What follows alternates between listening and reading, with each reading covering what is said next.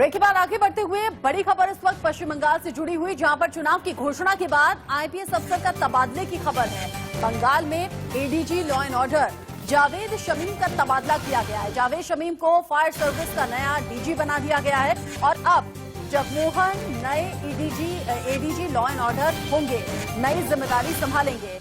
आगामी चुनाव को देखते हुए जो लॉ एंड ऑर्डर को लेकर शिकायत आ रही थी, उसी के चलते ये तबादला हुआ है।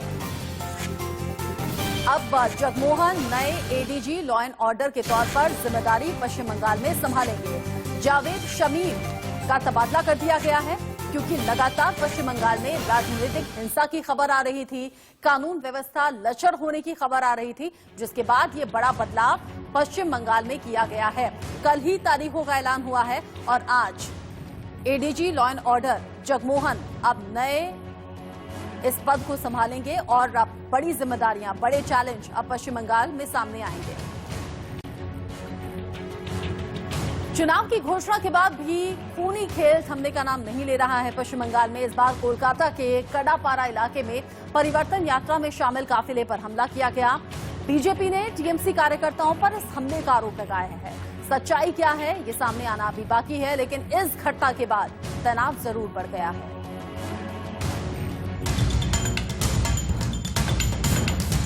पश्चिम बंगाल में ऐलाने चुनाव हो चुका है।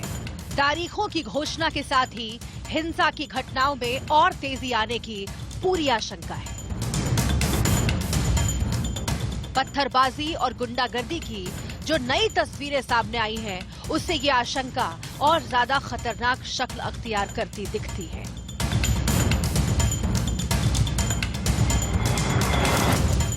ये तस्वीरें कोलकाता के कडापारा इलाके की हैं। रात के करीब 11 बज रहे थे, तभी कुछ लोग पहुंचते हैं और बीजेपी के परिवर्तन रथों पर तोड़ फोड़ शुरू कर देते हैं। रथ के शीशों को चकनाचूर कर देते हैं और अंदर रखे सामान को बड़ी बेरहमी से तहस नहस कर देते हैं। जब विपक्ष के पास कोई राजनीति नहीं रहता है, पेड़ के नीचे से सारे के सारे जमीन फिसल जाते हैं, तब लोग वही करते हैं। तृणमूल के पास कोई राजनीति नहीं है, राजनीतिक भाषा नहीं है। तो रात के अंधेरे में आकर के एक गरीब ड्राइवर को मारे, सारे के सारे लैपटॉप लेके चले गए, सेलफोन जो था वो ले लिया, विंडस्क्रीन तोड़ दिया, एलईडी स्क्रीन जो था उसको तोड़ दिया। तो ये तृणमूल का रवैया रहा। पुलिस दबाव में अभी भी है, स्थिति को बदलना चाहिए। पुलिस एफआईआर दर्ज करने के लिए इनकार कर रहे हैं। ये जितना भी उन लोग करके देख ले, 138 कार्यकर्ता का खून हो चुके हैं, उसका बाद भी हम लोग है। हम लोग 356 का अभी मांग नहीं किया। हम लोग किसी को शहीद बनाना नहीं चाहता है। ये एकदम लोकतंत्र के दायरे में तृणमूल कांग्रेस को सत्ता से उखाड़ कर 200 सीट लेकर के हम लोग सरकार बना लेंगे।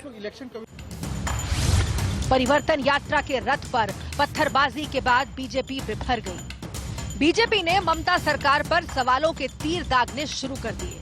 बीजेपी नेताओं ने सीधा आरोप टीएमसी कार्यकर्ताओं पर लगाया है कि उन्होंने ही हमला किया और परिवर्तन यात्रा की गाड़ियों को तहस नहस किया, एलईडी स्क्रीन्स को तोड़ डाला।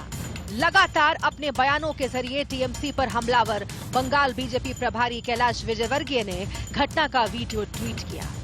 ट्विटर पर उन्होंने लिखा, आज ही चुनाव आयोग ने बंगाल चुनाव तिथि की घोषणा की और तृणमूल कांग्रेस के गुंडों ने बिना डर के रात 11 बजे बीजेपी के कडापारा गोदाम में घुसकर एलईडी गाड़ियां फोड़ी, टीवी खोलकर भी ले गए। शायद गुंडों ने चुनाव आयोग को चुनौती दी है। चुनाव की घोषणा के बाद बढ़ चुकी राजनीतिक हिंसा ने तारीखों के ऐलान के बाद और रफ्तार पकड़ ली है। कोलकाता के साथ साथ कई जिलों में ऐसी तस्वीरें देखने को मिली है। बीजेपी नेता सब्यसाची दत्ता और शमिक भट्टाचार्य ने फूलबागान पुलिस स्टेशन में शिकायत दर्ज कराई है।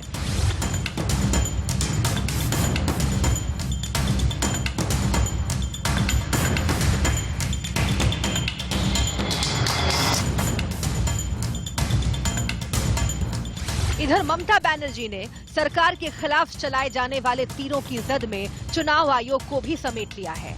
8 चरणों के चुनाव पर जहां ममता बनर्जी ने आपत्ति जाहिर की, तो वहीं कांग्रेस नेता अधीर रंजन चौधरी ने चुनाव आयोग का समर्थन किया है। उन्होंने चुनाव में हिंसा नहीं होने की बात भी कही है। इलेक्शन कमिशनर काছে रिक्वेस्ट करब, with my humble regard, please consider West Bengal is your own state. Don't consider in the eyes of BJP. And whatever BJP have been decided, I have seen their list in the party office, and today I have seen the same list is been in the outside. I am really sorry. हमारी तरफ से ये आशंका जताई गई थी कि इस बंगाल की चुनाव में हिंसा दहशतगर्द हो सकता है। हम लोग की ये गुहार लगाई कि किसी हालत में ये चुनाव में इस तरीके की इंतजाम किया जाए, सुरक्षा की इस तरीके की इंतजाम किया जाए जैसे आम लोग बिना दिक्कत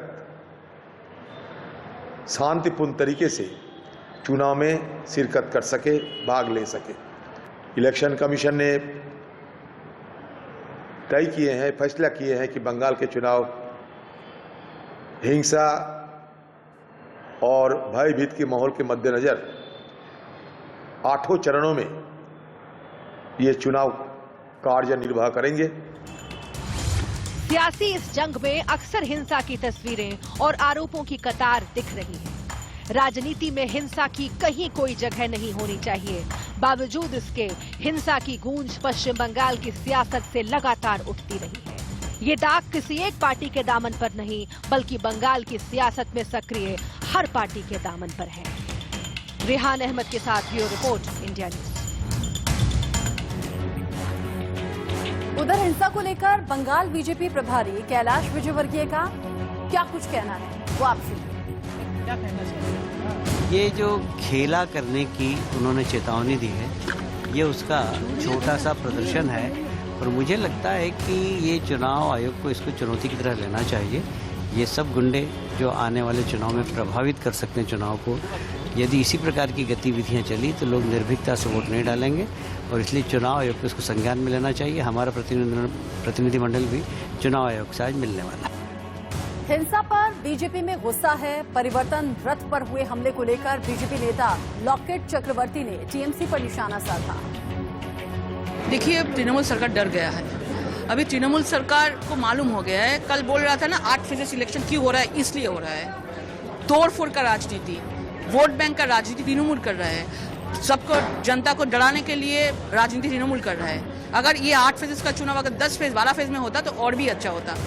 जनता अपना अपना मतदान अपने देने का अधिकार है, इसलिए हम लोग चाहते हैं कि तृणमूल सरकार जितना डराएगा उतना हम लोग आगे बढ़ेगा।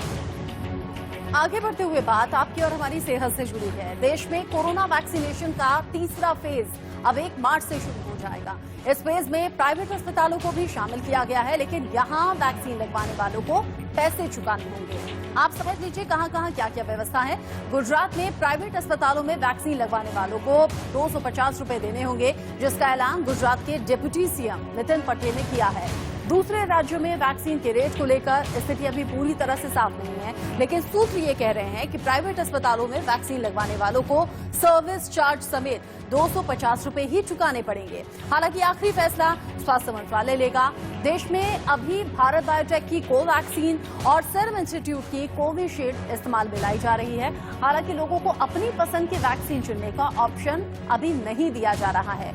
बताया ये भी जा रहा है कि सरकार ने कोविशील्ड 210 रुपए प्रति डोज और कोवैक्सीन 290 रुपए प्रति डोज के हिसाब से खरीदी है। उधर करीब 12,000 सरकारी अस्पतालों और प्राथमिक स्वास्थ्य केंद्रों में टीका मुफ्त लगेगा। तीसरा फेज होगा जिसमें 60 से ज्यादा उम्र के लोगों को वैक्सीन लगेगी। इसके साथ ही साथ 45 से 60 साल की उम्र के बीच में ऐसे लोगों को भी वैक्सीन लगेगी जो कि गंभीर बीमारी से जूझ रहे हैं। केंद्र सरकार का आकलन है कि करीब 27 करोड़ लोग इस कैटेगरी में आते हैं।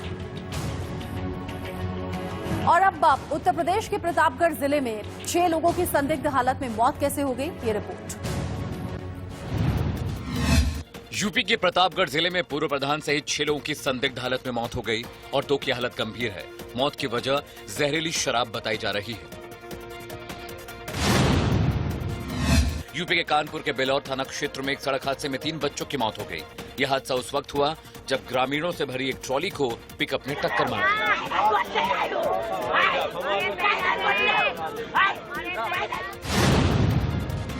राजस्थान के जयपुर के वैशाली नगर में चोरों ने एक डॉक्टर के घर से चांदी का बक्सा उड़ा लिया। इसके लिए चोरों ने पहले घर के बगल में 90 लाख का प्लॉट खरीदा, उसके बाद सुरंग बनाकर घर से चांदी चुरा ली। यूपी के महाराजगंज के श्याम देवरा थाना क्षेत्र में एक युवक के देसी तमंचा लहराने का वीडियो वायरल हो रहा है। यहाँ युवक को लोगों को तमंचा दिखाकर धमकाते हुए देखा गया। पूर्व केंद्रीय मंत्री उमा भारती आपदा प्रभावित क्षेत्र रैणी के तपोवन पहुंची। यहां उन्होंने आपदा प्रभावित लोगों से मुलाकात की और यहां बन रहे मोटर पुल निर्माण कार्य की जानकारी ली। यूपी के प्रयागराज में माघी पूर्णिमा के मौके पर लाखों श्रद्धालुओं ने पवित्र स्नान किया। इसी के साथ संगम पर 1 महीने से चल रहा कल्पवास भी पूरा हो गया। उधर देश में किसान आंदोलन को और ज्यादा तेज करने की रणनीति पर जोर शोर से काम चल रहा है। इस बीच इस मुद्दे पर भारतीय किसान यूनियन के नेता से हमारे संवाददाता जतिन गोस्वामी ने खास बातचीत की। राकेश टिकैत जी इस समय हमारे साथ मौजूद हैं। आज जो महापंचायत थी बागपत में थी, क्या रहा जानना चाहेंगे? वहाँ पे तो मीटिंग थी, एक प्रोग्राम वहाँ पर था और तोमर खाप वहाँ पे उनका 26 साल दिल्ली में राज रहा, जो महाराजा सरकार थे उनका प्रोग्राम था, उसमें हम गए थे। अजीत सिंह जी भी, जयंत चौधरी भी, प्रियंका गांधी भी, केजरीवाल भी, अब सब यूपी पर फोकस कर रहे हैं, किसान आंदोलन को जोड़ते, क्या कहना? अच्छा, हाँ तो जोड़ना चाहे, अभी तो ठहली बैठे अपना काम कर रहे हैं। बहुत बड़ा मैदान है यूपी का, बहुत बड़ी। ऐसा तो नहीं कि बाकी पार्टियां कहीं जमीन तलाश रही हैं, ये ऐसा कहीं? नहीं, हमें क्या पता भाई, अपना जाओ काम करो। हाँ, एक बात बहुत इस समय ट्विटर पे चल रही है कि 100 रुपए लीटर दूध किसान देंगे, बीकेयू ने ये ऐलान किया, क्या कहना है? अच्छा, ये आटा बेच रही कंपनी है, उनका किसने नहीं चलाया? हम भी तो यही कह रहे कि उनका भी तो चलाओ। वे बाजरा 11 रुपए खरीद कर 65 रुपए बेच रहे, ये आम पब्लिक को पता चलना चाहिए ना, आम आदमी को पता चलना चाहिए, तो इस चीज की जानकारी होनी चाहिए ना सबको। कब से 100 रुपए लीटर होगा? ये गांव के लोगों ने करा है ना, तय करा गांव के लोगों। एमएसपी आपने कहा कि खुद बनाएगा किसान, अगर सरकार ने तय नहीं किया तो वो क्या है? थोड़ा तो हम तो कह रहे ना, हम तो सरकार को कह रहे हैं भाई, अगर वो किसानों के उसमें हो जाता, जैसे फैक्ट्री वाले अपना माल बना के तय कर लेते हैं, किसान बहुत बड़े बल्क में है, वो तय नहीं कर पाता ना। अगर भाई हम इस रेट से कम पर नहीं देंगे, भाई सरकार तो आपने कहा कि जो तुमने मान लिया, हमने तो वही मान लिया, आप उसी को लागू करवा दो। ये तो लूट का धंधा बना लिया, किसानों का माल लूट लो, कंपनियों को फायदा होगा, ये कर लो। 4 दिन बाद 100 दिन हो जाएंगे। आखिरी मेरा सवाल है कि बात कैसे होगी?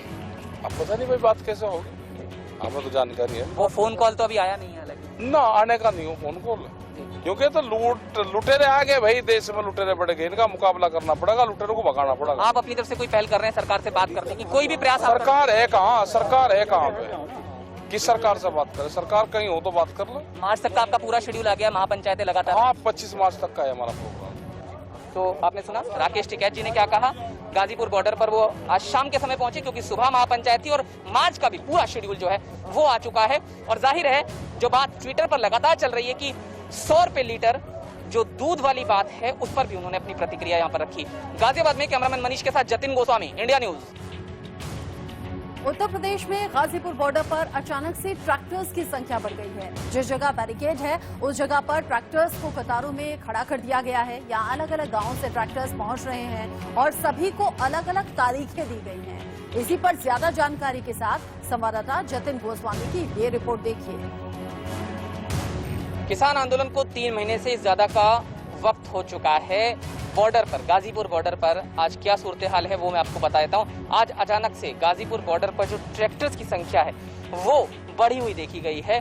मैं इस समय बिल्कुल गाजीपुर बॉर्डर पर उस जगह पर मौजूद हूँ जहाँ पर बैरिकेड्स हैं और उसके ठीक आगे आप देखिए जो ट्रैक्टर हैं वो किस तरह से लगे हुए हैं। बैरिकेड से आपको पैन करते हुए दिखाते हैं। आप देखिए कि किस तरह से कतारों में यहाँ पर जो ट्रैक्टर हैं वो खड़े कर दिए गए हैं। आज ये ट्रैक्टर कई अलग अलग जगहों से यहाँ पर पहुंचे, क्योंकि बीते दिनों जब हम देख रहे थे कि जब गन्ने की कटाई का वक्त था तो बहुत सारे किसान अपने खेतों में चले गए थे, लेकिन जैसे जैसे जो गन्ने की कटाई पूरी होती जा रही है तो ट्रैक्टर जो हैं वो वापस आते जा रहे हैं। कुछ किसानों से यहाँ बात कर लेते हैं। आप ये बताइए, आज ट्रैक्टर की संख्या बढ़ी है, क्या वजह है? आज ही हमारे जलालाबाद का नंबर है जी, आज 27 तारीख है। जलालाबाद गांव से 7 ट्रैक्टर आ चुके हैं।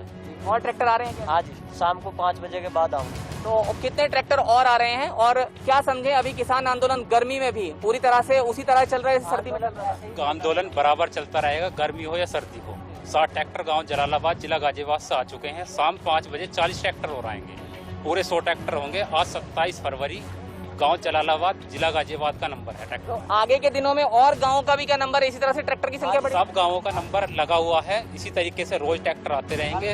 आंदोलन बराबर कंटिन्यू चलता रहेगा। आज किसान मजदूर एकता दिवस आप लोगों ने मनाया है, क्या है उसके मायने थोड़ा बताइए। किसान एकता मजदूर ये है कि हम किसान लोग जो है मेहनत मजदूरी करके कमाते हैं, और मोदी जी ने हमारे किसानों के फसल का रेट बिल्कुल नस्ते नाबूद कर दिया है। जो MSP है, जो न्यूनतम मतलब रेट है, वो बिल्कुल कम कर दिया है। उस पर हमारा कोई भी मतलब संविधान जो हमारा वो है संसद में, उस पर जो है कोई भी मतलब लिखित रूप में नहीं दिया कि इसका एक न्यूनतम मूल्य रहेगा। तो आप यहाँ किसानों को सुन सकते हैं कि वो क्या कह रहे हैं, और मैं आपको एक बार फिर से अंत में जो तस्वीर है वो दिखा दूं। आप देखिए, जो आपको कतार में ट्रैक्टर नजर आएंगे, उनके आगे आपको ये जो तिरंगा है वो भी तमाम जगहों पर नजर आएगा। तो 3 महीने बाद तस्वीर लगातार हम आपको तमाम बॉर्डर से दिखा रहे हैं, और जाहिर तौर पर इससे अंदाजा लगाया जा सकता है कि जिस तरह से सर्दी में ये पूरा आंदोलन चल रहा था, उसी तरह से किसानों का कहना है कि गर्मी में भी इस आंदोलन को उसी गति में आगे बढ़ा रहे हैं। गाजियाबाद में कैमरामैन मनीष के साथ जतिन गोस्वामी, इंडिया न्यूज। अगली खबर राजस्थान से, जहां पर सुजानगढ़ के पास बिदासर के पास पिलानिया की ढाड़ी में कांग्रेस की ओर से किसान महापंचायत का आयोजन किया गया। इस सभा में सीएम अशोक गहलोत और पार्टी के वरिष्ठ नेता सचिन पायलट समेत तमाम बड़े नेता शामिल रहे। यहां मुख्यमंत्री ने केंद्र के जरिए पारित तीनों कृषि कानूनों को किसान विरोधी बताया और जमकर आलोचना भी की। उधर पूर्व डिप्टी सीएम सचिन पायलट ने भी केंद्र सरकार पर निशाना साधा और कृषि कानूनों को वापस लेने की मांग एक बार फिर से दोहराई।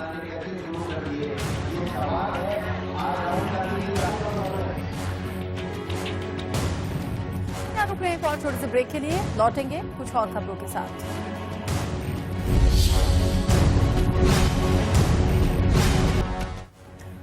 खबर मुंबई से है, जहां बॉलीवुड एक्टर ऋतिक रोशन और कंगना रनौत के ईमेल केस में बयान दर्ज करवाने के लिए क्राइम ब्रांच के दफ्तर ऋतिक रोशन पहुंचे। कंगना रनौत के खिलाफ बयान दर्ज करवाए। अपने ही केस में मुंबई पुलिस की क्राइम ब्रांच ने ऋतिक को ये समन भेजा था, लिहाजा करीब 2 घंटे तक ऋतिक रोशन से क्राइम ब्रांच की जांच लगातार चलती रही, टीम पूछताछ करती रही। बताया जाता है कि इस दौरान ऋतिक ने पुलिस को कई दस्तावेज भी सौंपे हैं। ऋतिक रोशन सुबह करीब 11:15 बजे क्राइम ब्रांच के दफ्तर पहुंचे, जबकि पूछताछ के बाद उन्हें करीब 2:20 पर दफ्तर से बाहर निकलते हुए देखा गया। ऋतिक के साथ साथ उनके वकील भी थे। ये मामला 2016 का है, जब ऋतिक रोशन ने साइबर पुलिस स्टेशन में शिकायत की थी कि कोई फर्जी ईमेल बनाकर खुद को ऋतिक रोशन बताते हुए कंगना रनौत से बातचीत कर रहा है। साथ ही उन्होंने कहा कंगना पर भी 2013-14 के बीच में सैकड़ों ईमेल भेजकर परेशान किया गया था। कंगना के जरिए ऋतिक को यह आरोप लगाया था। आपको याद होगा, कंगना रनौत ने कथित तौर पर ऋतिक रोशन पर यह आरोप लगाया था कि वो उनके साथ रिलेशनशिप में थे और उन्होंने शादी करने से एंड मोमेंट पर इनकार कर दिया। विवाद के बाद कंगना और ऋतिक ने एक दूसरे को कानूनी नोटिस भेजा था। सवाल है कि क्या अब कंगना को समन भेजा जाएगा ऋतिक रोशन के बाद? क्या अब कंगना रनौत से पूछताछ होगी? प्रोगेशन अपना जो उन्हें जिस तरीके का समन भेजा गया था, 11:40 के करीब ये समन भेजा गया था, जहां पर कुल मिलाकर फिलहाल 2.5 घंटे की जो इन्वेस्टिगेशन थी, 2.5 से 3 घंटे की जो इन्वेस्टिगेशन थी वो पूरी हुई, जहां पर उन्होंने अपना स्टेटमेंट रिकॉर्ड कराया। हालांकि बाहर निकलने के बाद भी ऋतिक रोशन ने अपने एक भी लफ्ज बयान नहीं किए हैं, लेकिन फिलहाल चेहरे पर एक संतुष्टि है, जिससे ये तो साफ हो जाता है कि स्टेटमेंट उन्होंने रिकॉर्ड कर दिया है, यानी कि अपनी तरफ से अपना पक्ष उन्होंने पुलिस के सामने रख दिया है। देखना ये होगा कि अब जब ऋतिक का स्टेटमेंट रिकॉर्ड हो चुका है तो किस तरह से आगे इस केस में नए बदलाव आते हैं और किस तरह से केस के अंदर फिलहाल अलग और एंगल्स को जांचा जाएगा। उत्तर प्रदेश के गाजीपुर जिले के रहने वाले जिस बच्चे को बीजेपी नेता राजनाथ सिंह ने गोद लिया था, आज उसी बच्चे की शादी कराने वो यहाँ पहुंचे। गाजीपुर के रहने वाले ब्रिजेंद्र डॉक्टर हैं और वो शादी के पवित्र बंधन में बंध गए। इस दौरान दूल्हे की पगड़ी खुद रक्षा मंत्री राजनाथ सिंह ने पहनाई। दरअसल यूपी में सीएम रहते हुए राजनाथ सिंह ने गाजीपुर के सैदपुर निवासी बृजेंद्र को अपना दत्तक पुत्र माना था। राजनाथ ने उस वक्त बृजेंद्र की पढ़ाई और बाकी जिम्मेदारियों को पूरा करने की बात कही थी। राजनाथ के इस फैसले के बाद बृजेंद्र की शिक्षा समेत बाकी जरूरतों को पूरा किया गया, उनका ध्यान रखा गया। बृजेंद्र अब एक डॉक्टर के रूप में काम कर रहे हैं। राजनाथ से उनका संपर्क तब हुआ जब उन्होंने साल 2000 में 8वीं कक्षा में टॉप किया था। इस दौरान राजनाथ सिंह को बृजेंद्र के परिवार की कमजोर आर्थिक स्थिति के बारे में मालूम हुआ। उन्होंने उनकी पढ़ाई की जिम्मेदारी खुद उठाने की बात कही थी और आज जब बृजेंद्र की शादी थी, इस मौके पर खुद रक्षा मंत्री राजनाथ सिंह पहुंचे, जरूरी रस्मों को अदा किया। तब दो बच्चों को जो अत्यंत गरीब परिवार के थे, जिसके घर में लोग मजदूरी करते थे, ऐसे 2 बच्चों को मैंने कहा था कि इनकी पढ़ाई लिखाई की सारी व्यवस्था हम करेंगे। तो मुझे प्रसन्नता है कि वो आज डॉक्टर बन गया है और उसकी नियुक्ति भी अब हो गई है। उसकी शादी में भाग लेने के लिए यहाँ पर आया हूँ। एक इससे स्वांत।